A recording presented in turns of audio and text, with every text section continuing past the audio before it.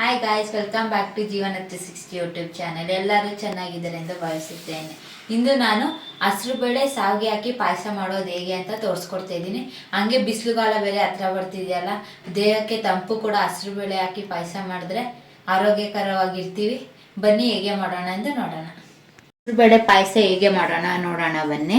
ಮೊದಲಿಗೆ 1 ಲೀಟ್ರ್ ಹಾಲು ತೊಗೊಂಡಿದ್ದೀವಿ, ಬೆಲ್ಲ ತೊಗೊಂಡಿದ್ದೀವಿ, ರೋಸ್ಟೆಡ್ ಸಾವಿಗೆ ತೊಗೊಂಡಿದ್ದೀವಿ, ಹಸಿರು ಬೇಳೆ ತೊಗೊಂಡಿದ್ದೀವಿ, ಕೂಗಿಸಿಕೊಂಡಿದ್ದೀವಿ ಆಲ್ರೆಡಿ, ತುಪ್ಪ, ಏಲಕ್ಕಿ, ಗೋಡಂಬಿ, ದ್ರಾಕ್ಷಿ. ಈಗ ಮಾಡೋಣ ಬನ್ನಿ. ಈಗ ಹಾಲು ಕಾಯಕ್ಕೆ ಇಕ್ಕೊಳ್ಳೋಣ. ಹಾಲು ಚೆನ್ನಾಗಿ ಕುದಿಬೇಕು. ಹಾಲಿಗೆ ಚೆನ್ನಾಗಿ ಕುದೀತಿದೆ. ಇದಕ್ಕೆ ಬೇಯಿಸ್ಕೊಂಡಿರೋ ಹಸಿರು ಬೇಳೆ ಹಾಕ್ಕೊತಿದ್ದೀವಿ. ಈಗ ಹಸಿರು ಬೇಳೆನ ಚೆನ್ನಾಗಿ ಮಿಕ್ಸ್ ಮಾಡ್ಕೊಳ್ಳಿ. ಈಗ ಇದ್ರ ಜೊತೆ ಹುರಿದಿರೋ ಸಾವಿಗೆ 1 ಕಪ್ ತೊಗೊಂಡಿದ್ದೀವಿ. ಇದನ್ನು ಚೆನ್ನಾಗಿ ಮಿಕ್ಸ್ ಮಾಡೋಣ. ಸ್ಲಿಮ್ಮಲ್ಲಿ ಇಟ್ಕೊಂಡು ಸಾವಿಗೆನ ಲೈಟಾಗಿ ಬೇಯಿಸ್ಕೊಳ್ಳೋಣ.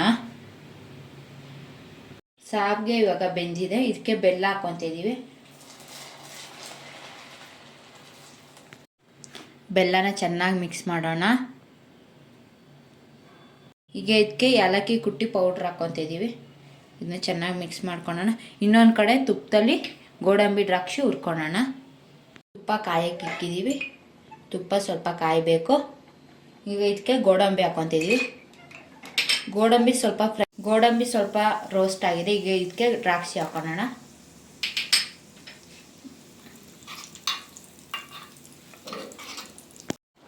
ಹಸಿರುಕಾಳು ಪಾಯಸ ಕುದೀತಿದೆ.